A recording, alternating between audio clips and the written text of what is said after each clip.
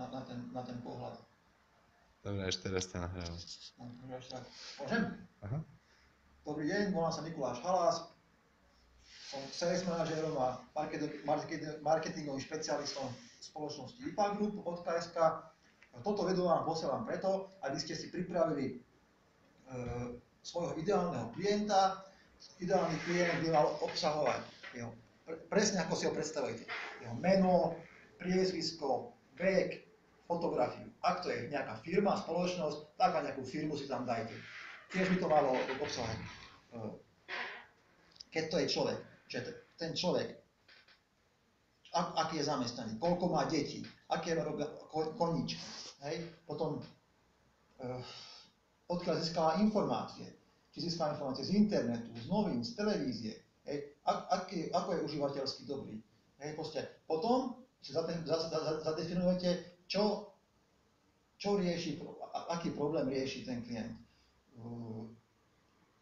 Napríklad, že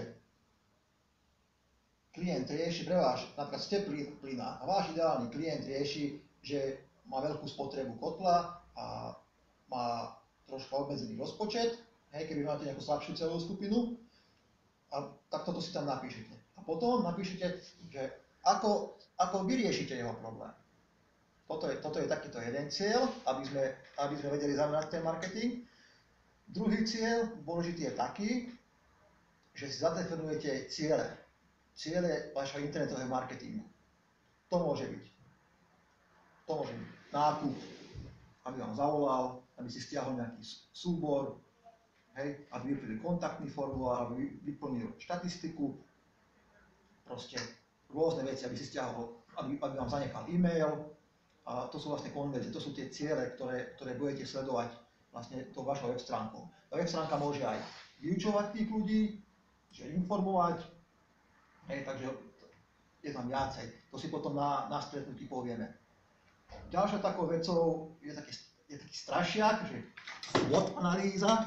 A to je vlastne taká analýza, kde si poviete silné stránky, slabé stránky, kde vidíte v vašom obere príležitosti a kde sú vlastne nejaké riziká.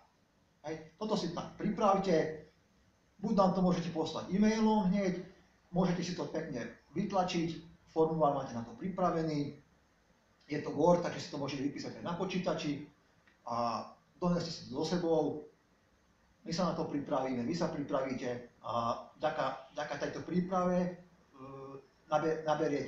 naberie progres, vlastne to riešenie vašej situácie, pretože keby si to nepripravíte, tak tieto veci tam riešime. A skúste si to, uvidíte, že to zaberie možno nejakú hodinu a tým by ste tú celú konzultáciu zdarma tak troška presrali. Do piče. Peniaze sem. Dobre.